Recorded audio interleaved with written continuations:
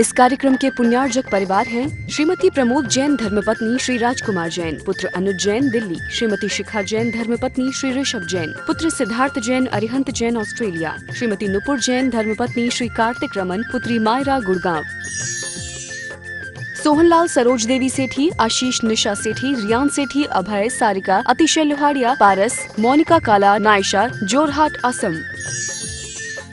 श्री प्रकाश चंद, श्रीमती पद्मा सेठी, भोपाल मध्य प्रदेश, श्री सुरेश, श्रीमती कमला Chandiwal, Jalgaon. Doctor तेज कुमार सौगानी जी की पुण्य स्मृति में धर्मपत्नी डॉक्टर अचला सौगानी, सुपुत्री महिमा सौगानी, श्रीमती मोनिका जैन धर्मपत्नी सुपार्श्व जैन, श्रीमती प्रियंका जैन धर्मपत्नी अमित जैन, पार्णिका पार्श्वी देशना, बड़े भ्राता श्री माणक चंद एवं सौगानी परिवार, 8 अंबिका कॉलोनी, सांगानेर, जयपुर। श्रीमती अनंतमती जैन धर्मपत्नी श्री अशोक कुमार जैन, पुत्र गौरव जैन, वैभव जैन, पुत्र वधू स्वाति जैन, सुपौत्री प्रत्युषी जैन, नेहरू नगर, गाजियाबाद। सुशीला बंडी की पुण्यतिथि की स्मृति में प्रवीण चंद बंडी, सूर्यकांता बंडी, सुरेश बंडी, उषा बंडी, प्रमिला पाडलिया, मंजुला शाह, बसंतमाला दोषी, मंगला गुलाटी।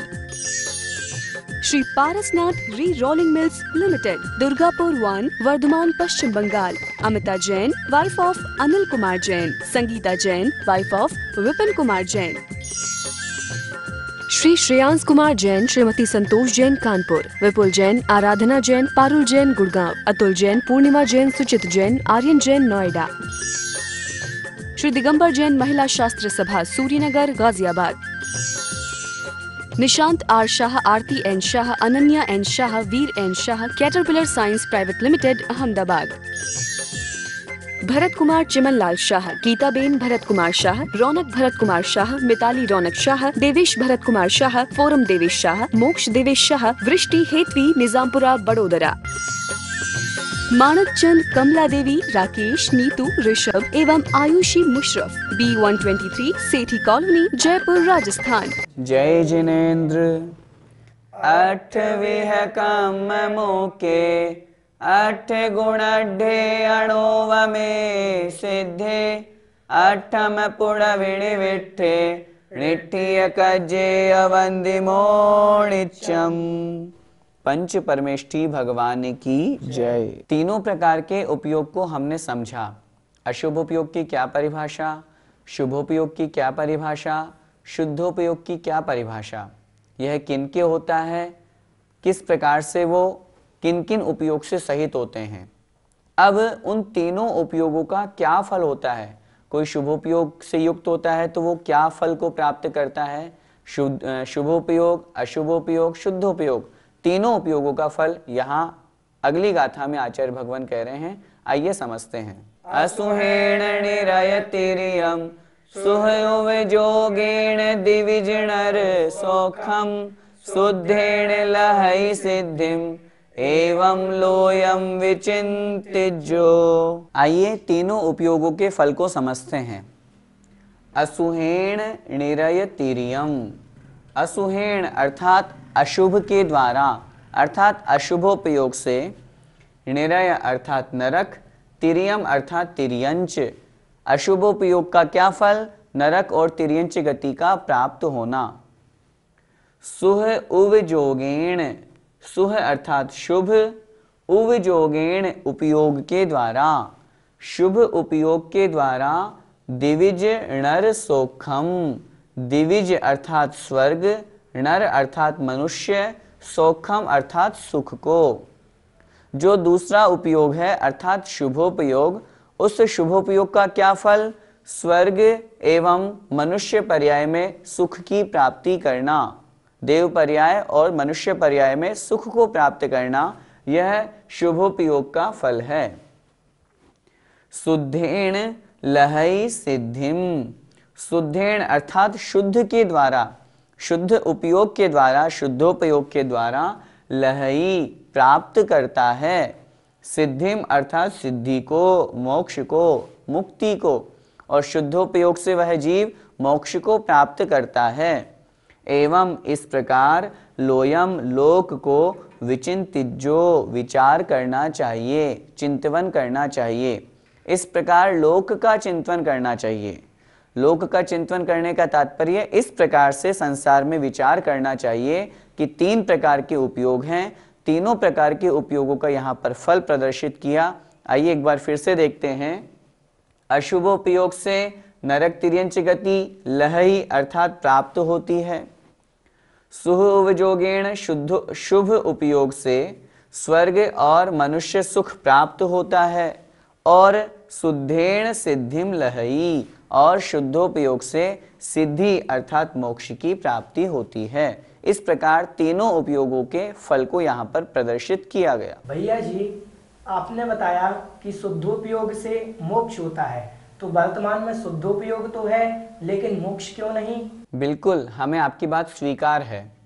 आचार्य कुंद स्वामी स्वयं कह रहे हैं शुद्धेण लहई सिद्धिम अर्थात शुद्धोपयोग से सिद्धि मोक्ष की प्राप्ति होती है। जब हम वर्तमान समय की बात करते हैं तो वर्तमान समय में शुद्धोपयोग आचार्यों ने लिखा 7वें गुण स्थान में शुद्धोपयोग है और वर्तमान पंचम काल में 7वें गुण स्थान तक पाया जाता है। अब सबसे बड़ा प्रश्न, फिर मोक्ष क्यों नहीं? उत्तर यही मिलेगा, क्योंकि वह जो शुद्धोपयोग है वो 7वें गुण स्थान में प्रारंभिक दशा को है, पूर्णता को तो प्राप्त ही नहीं हुआ। जैसे कोई मुनि महाराज है, वो 6वें 7वें गुण स्थान में हैं, सामायिक ध्यान प्रतिक्रमण आदि कर रहे हैं, ध्यान करते करते करते करते उत्कृष्ट दशा को प्राप्त हुए और शुद्धोपयोग तक पहुंच गए। लेकिन गुणस्थान 7वां, शुद्धोपयोग तक पहुंच तो गए लेकिन वापस तुरंत लौट करके भी तो आ गए। आगे 8वां 9वां गुणस्थान कहाँ चढ़े? वहां तक तो पहुंचे ही नहीं। अर्थात शुद्धोपयोग को उन्होंने स्पर्श मात्र किया, प्रारंभिक दशा को तो प्राप्त हो गए लेकिन शुद्धोपयोग की पूर्णता को प्राप्त नहीं हुए। जब तक शुद्धोपयोग की पूर्णता को प्राप्त नहीं होंगे तब तक मोक्ष कैसे संभव? दूसरी बात, वर्तमान समय में उसके अलावा अन्य दूसरे निमित्त, चूंकि उत्तम सहनन नहीं है, वज्रऋषभ नाराज सहनन के बिना मुक्ति कैसे मिलेगी? वो होगा तभी तो आगे श्रेणी आरोहण करेंगे और मोक्ष को प्राप्त करेंगे। इसलिए शुद्धोपयोग वर्तमान में मात्र 7वें गुण स्थान में ही है। उसके आगे जब हम 7वें गुण स्थान से ऊपर वर्तमान में है ही नहीं, तो फिर आगे की दशा वाले शुद्धोपयोग को प्राप्त नहीं कर पाने के कारण, श्रेणी आरोहण नहीं होने के कारण से मोक्ष प्राप्ति वर्तमान में संभव नहीं। हम बहुत स्पष्ट एक उदाहरण से समझें। जैसे कोई व्यक्ति है, हमारे यहाँ संस्थान में 3 साल में शास्त्री की उपाधि दी जाती है। अगर कोई विद्यार्थी प्रथम वर्ष में आया और 7 दिन यहाँ पढ़ करके चला गया, हम उसको शास्त्री कहेंगे क्या? उत्तर मिलेगा नहीं। क्यों? उसने तो 7 दिन पढ़ाई करी, आगे अभी पूरा साल नहीं पढ़ा, दूसरा साल तीसरा साल कुछ नहीं पढ़ा, शास्त्रों का ज्ञान कैसे होगा?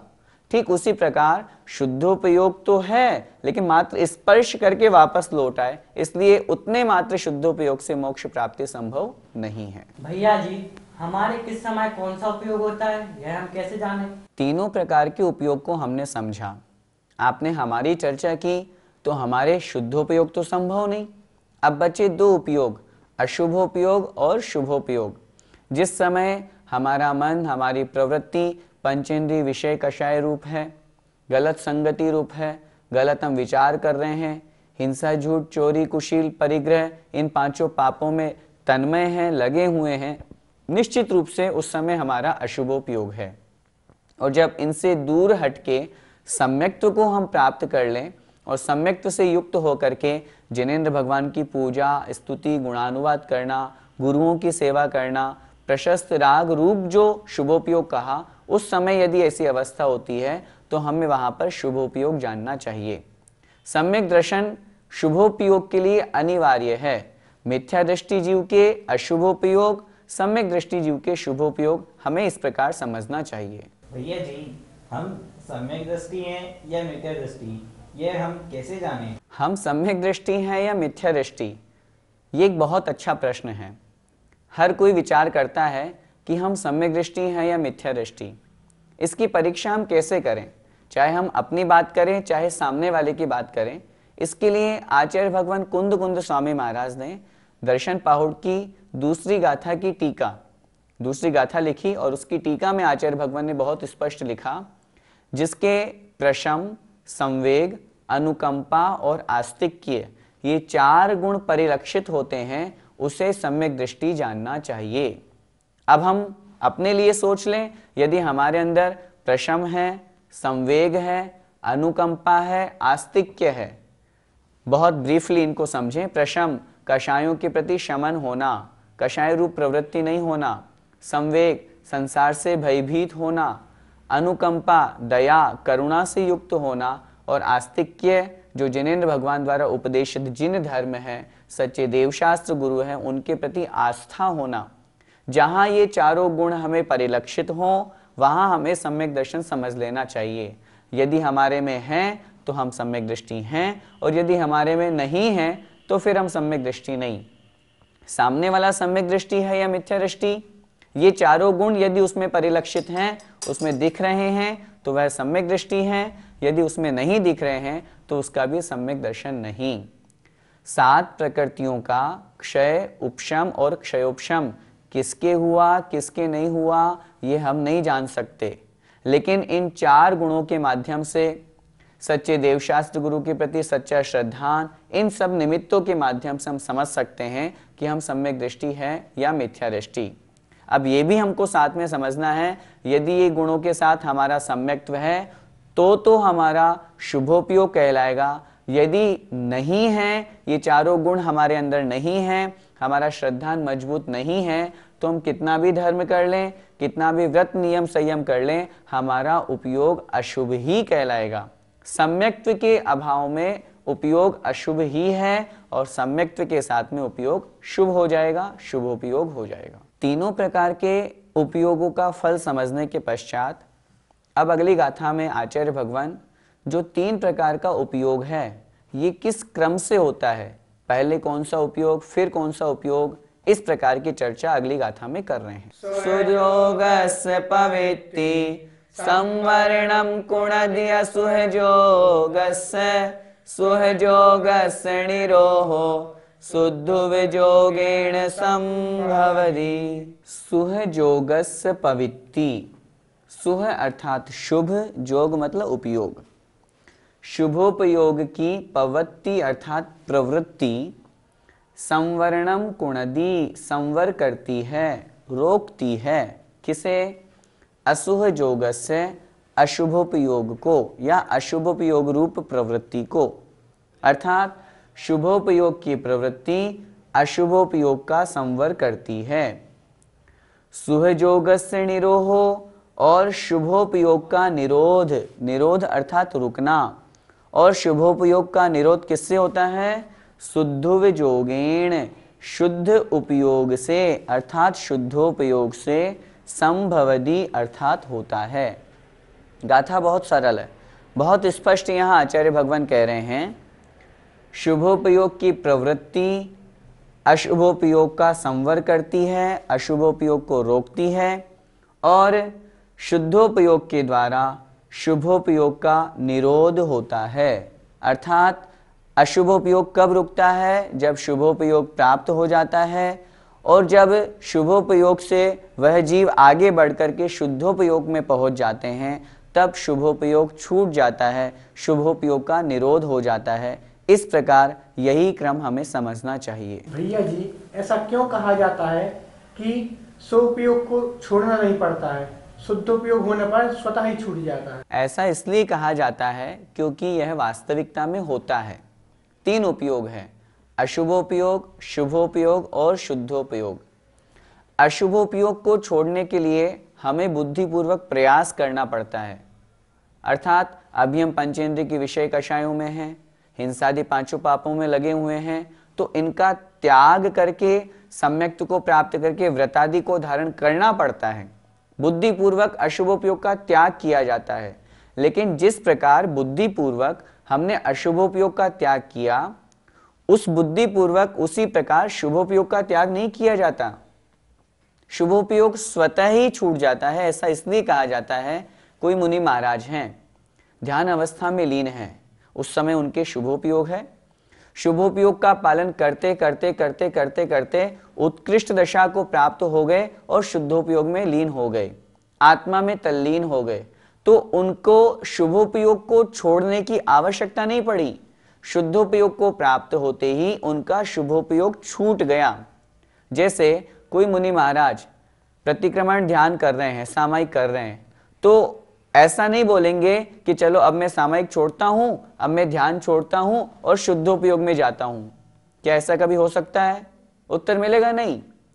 जैसे पंचेंद्रिय विषय कषायों को बुद्धिपूर्वक त्याग किया, उनको छोड़ा, उस तरह से सामायिक व्रत रूप जो सारे के सारे शुभोपयोग का हमने स्वरूप समझा, उस तरह से शुभोपयोग का कभी त्याग नहीं किया जाता, बल्कि उसी का पालन करते करते करते करते उत्कृष्ट वीतराग चारित्र दशा रूप परिणामों को प्राप्त करके, उस अवस्था को प्राप्त करके उन मुनि महाराज का शुभोपयोग स्वतः ही छूट जाता है। इसलिए आचार्यों ने शास्त्रों में इस प्रकार का कथन किया गया। भैया जी, क्या तीनों उपयोग एक साथ हो सकते हैं? नहीं, किसी भी अपेक्षा से नहीं।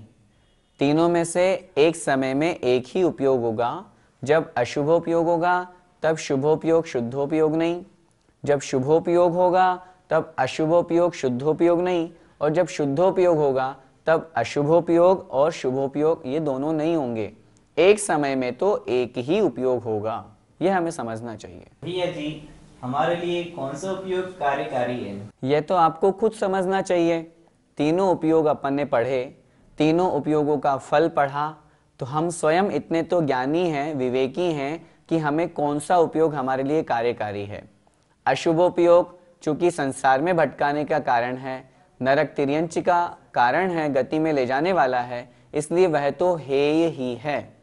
अब चूंकि आपने हमारी बात करी, अपनी गृहस्थों की बात करी, तो हम तो शुभोपयोग से युक्त हों, शुद्धोपयोग को प्राप्त करने का लक्ष्य बनाएं। लक्ष्य बने भगवान मैं मुनि अवस्था को प्राप्त हूँ, महाव्रतों को धारण करूँ और शुद्धोपयोग को प्राप्त करके अपनी आत्मा का कल्याण करूँ। लेकिन जब तक मैं गृहस्थ में हूँ तब तक उस अशुभोपयोग से पूर्णतया बचूं और शुभोपयोग को अपने जीवन में धारण करूं। तो इसलिए हमारे लिए कार्यकारी, उपयोगी, उपादेय शुभोपयोगी है। उसी शुभोपयोग रूप प्रवृत्ति हमें हमेशा करनी चाहिए। भैया जी, शुभोपयोग की प्राप्ति के लिए हमें क्या करना चाहिए? आपने बहुत अच्छा प्रश्न किया। आज की इस ज्ञानशाला की कक्षा का और मैं यूं कहूं पूरे उपयोग अधिकार का सार हमें इस प्रश्न के उत्तर में समझना है। शुभोपयोग प्राप्ति के लिए हम क्या करें? सबसे पहले हमें जो प्रयास करना है वह करना है सम्यक्त्व प्राप्ति का। यह निश्चित रूप से मान करके चलेगा, जब तक सम्यक दर्शन नहीं तब तक शुभोपयोग हो ही नहीं सकता। सम्यक दर्शन प्राप्ति के लिए सबसे पहला निमित्त जो गृहीत मिथ्यात्व है उसे छोड़ना है। बड़ी विडंबना है, आज हमारे बहुत से जैनी घरों में जो श्रावकगण सुन रहे हैं अथवा जो उनके आसपास रहते हैं, ऐसे बहुत घरों में लोगों को देखते हैं, उनके घरों में मिथ्यात्वी देवी देवता, रागी द्वेषी देवी देवता भरे हुए हैं। लोग अभी भी उनको पूज रहे हैं, लोगों की मान्यता अभी भी उनकी बनी हुई है। हम विचार करें, जब हम उनको नहीं छोड़ पा रहे तो शुभोपयोग की क्या चर्चा करेंगे? सबसे पहला संकल्प तो हम यही बनाएं कि हमें गृहीत मिथ्यात्व से दूर होना है। रागी द्वेषी मिथ्यात्वी देवी देवताओं को नहीं पूजना। जे कुगुरु कुदेव कुधर्म सेव पोषे चिर दर्शन मोह एव।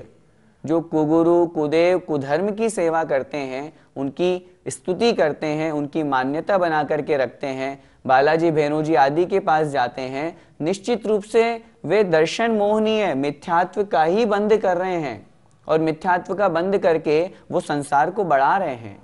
अनंतानुबंधी अनंत संसार का बंद कर रहे हैं, इसीलिए संसार में परिभ्रमण कर रहे हैं। इसलिए सबसे पहला संकल्प तो मैं आप लोगों के समक्ष यही निवेदन करना चाहूंगा, आज ही हम मंदिर में जाकर के अथवा गुरु महाराज के पास जाकर के यह संकल्प लें कि आज से हम मिथ्यात्व का त्याग करते हैं। मैं बहुत स्पष्ट आप लोगों से कहना चाहता हूं, जब हमने उपयोग का फल पढ़ा, अशुभोपयोग नरक तिर्यंच गति का कारण, शुभोपयोग मनुष्य और देव गति का कारण, यदि हम मिथ्यात्व में हैं, मिथ्यात्व के साथ रहे कहाँ जाएंगे? नरक तिर्यंच गति में भटकते रहेंगे। बहुआरंभ परिग्रहत्वम नारकस्यायुष है। बहुत आरंभ बहुत परिग्रह। सच पूछो तो अधिकांश लोगों के, हम और आप लोगों के दोनों उपयोग में से कौन सा रहता है? अशुभोपयोगी रहता है। सुबह से शाम तक दिन रात बस एक ही काम, बस पैसा कमाओ और उसका उपभोग करो, भोग भोगो। लोग कहाँ धर्म के बारे में सोचते हैं? कितने लोग स्वाध्याय के बारे में सोचते हैं? लोग पूजन भी करते हैं, दान भी देते हैं, तो उसमें मान बढ़ाई के कारण हो गया। दान दिया, वहां मेरा नाम हो रहा है, वहां मैं दान दूंगा तो वहां मेरा सम्मान होगा। कहाँ हम शुभोपयोग की बात कर रहे हैं? इसलिए बहुत स्पष्ट अपने को समझना है। पहली बात, हमें सम्यक दर्शन को प्राप्त करना ही करना है। उपयोग के बदलते समय नहीं लगता। उदाहरण शास्त्रों में लिखा आचार्य भगवंतों ने, जब राजा श्रेणिक वहां पहुंचे समोषण में भगवान महावीर स्वामी के, और वहां उन्हें रास्ते में एक मुनि महाराज मिले, श्वेतवाहन नामक मुनि महाराज। उनको देख करके राजा श्रेणिक ने गौतम गंधर्व से वहां प्रश्न किया, भगवान मुझे जो रास्ते में जो मुनि महाराज अभी दिखे वो कहाँ जाएंगे, कौन सी अवस्था को प्राप्त होंगे? तब गौतम गंधर्व स्वामी ने बहुत स्पष्ट कहा, अभी जो उनके परिणाम हो रहे हैं वो उनको नरक तिर्यंच गति में ले जाने वाले हो रहे हैं, लेकिन यदि ये परिणाम इनके सुधर गए तो ये इसी भव से मोक्ष को भी प्राप्त कर सकते हैं। कहने का तात्पर्य उनकी अग्रिम पर्याय अभी निश्चित नहीं है, लेकिन विचार हम करें कि परिणामों के बदलते देर नहीं लगती। तुरंत राजा श्रेणिक के निवेदन करने पर, समझाने पर उन मुनि महाराज ने अपनी स्थिति वापस पुनः उसी स्थिति में आए, स्थितिकरण हुआ और परिणामों के निमित्त से उत्कृष्ट दशा को प्राप्त होकर के केवल ज्ञान और मोक्ष को प्राप्त हो गए। तो मेरा कहने का तात्पर्य सिर्फ इतना सा है, तीनों उपयोगों में से हमें अशुभोपयोग से दूर होना है, शुभोपयोग को प्राप्त करना है। तो सबसे पहला काम करें सम्यक दर्शन की प्राप्ति का, मिथ्यात्व को समूल नष्ट करें। जब हम मिथ्यात्व नहीं छोड़ पा रहे, 7 तत्व 9 पदार्थों पर श्रद्धान की क्या बात करें? इनके ऊपर श्रद्धान कैसे करें? पहले ग्रहित मिथ्यात्व को छोड़ें, रागी द्वेषी देवी देवताओं को पूजना छोड़ें, उनकी मान्यता छोड़ें। उसके पश्चात सम्यक तो प्राप्त हो गया, हमें शुभोपयोग है, और निश्चित रूप से उसके पश्चात भी हम व्रत नियम संयम का पालन करें, स्वाध्याय करें, भगवान जिनेंद्र देव की स्तुति करें, पूजन करें, खूब विधान करें, धर्म प्रभावना करें। मुनि महाराज हमारे यहाँ पर पधारते हैं, चतुर्विध संघ को हम निरंतराय आहार दें, चारों प्रकार का दान दें। यदि नहीं आ पाते हैं तो जहाँ हम पहुँचें वहाँ अगर मुनि महाराज हों, नहीं हो तो हम उन्हीं मुनि महाराज के समक्ष पहुँच करके और उनकी सेवा करें, वैयावृत्ति करें, जिससे हमारे कर्मों की निर्जरा हो, पुण्य कर्म का आश्रय हो। तीर्थ यात्रा करें, अपने परिणामों को अच्छा बनाए रखें, विषय कषाय रूप प्रवृत्ति नहीं रखें, और उससे दूर होंगे तो निश्चित रूप से हमारा शुभोपयोग होगा। मैं सभी श्रोतागणों से, सभी साधर्मी बंधुओं से निवेदन करना चाहता हूँ, इस कुंद के कुंदन में यह दूसरा अधिकार जो उपयोग अधिकार है, यह आज समाप्त हो रहा है। इस उपयोग अधिकार की सार्थकता पढ़ना, सुनना, सुनाना तभी सार्थक है जब हम अशुभोपयोग से दूर होकर के अपनी प्रवृत्ति शुभोपयोग में लाएंगे। सम्यक्त को प्राप्त करके अपनी प्रवृत्ति शुभ रहेगी तो निश्चित रूप से हमारा यह पढ़ना, पढ़ाना और सुनना, सुनाना सार्थक होगा। आइए हम संकल्प लेते हैं कि आज से हम मिथ्यात्व का त्याग करके सम्यक्त को प्राप्त करके अपने उपयोग को शुभ बनाएंगे, जिससे हम पुण्य बंद कर सकें और उस पुण्य फला अरहंता, पुण्य के फल को, अरिहंत भगवान को, अरिहंत पद को, परंपरा से मोक्ष को हम सभी प्राप्त करें। ऐसी मंगलमय भावना हमें हमेशा रखनी चाहिए। जय जिनेंद्र।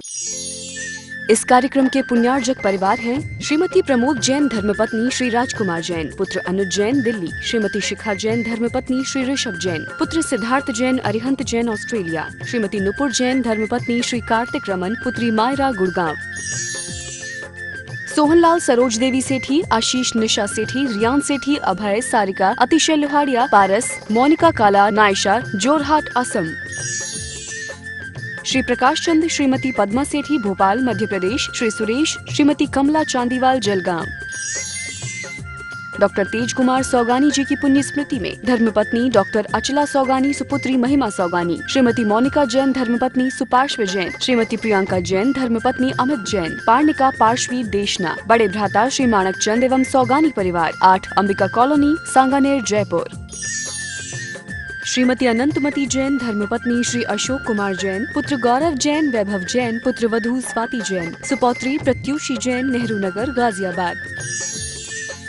सुशीला बंडी की पुण्यतिथि की स्मृति में प्रवीण चंद बंडी, सूर्यकांता बंडी, सुरेश बंडी, उषा बंडी, प्रमिला पाडलिया, मंजुला शाह, बसंतमाला दोषी, Mangla Gulati. Shri Parasnath re rolling mills limited, Durgapur 1, Bardhaman, Paschim Bengal. Amita Jain, wife of Anil Kumar Jain. Sangeeta Jain, wife of Vipin Kumar Jain. Shri Shreyansh Kumar Jain, Shrimati Santosh Jain, Kanpur. Vipul Jain, Aradhana Jain, Parul Jain, Gurgaon. Atul Jain, Purnima Jain, Suchit Jain, Aryan Jain, Noida. Shri Digambar Jain, Mahila Shastra Sabha, Suryanagar, Ghaziabad. Nishant R Shah, Aarti N Shah, Ananya N Shah, Veer N Shah, Caterpillar Science Private Limited, Ahmedabad. Bharat Kumar Chimanlal Shah, Geetaben Bharat Kumar Shah, Raunak Bharat Kumar Shah, Mitali Raunak Shah, Devesh Bharat Kumar Shah, Foram Devesh Shah, Moksh Devesh Shah, वृष्टि हेतवी, निजामपुरा, बड़ोदरा। माणक चंद, कमला देवी, राकेश, नीतू, ऋषभ एवं आयुषी मुशरफ, B123, सेठी कॉलोनी, जयपुर, राजस्थान।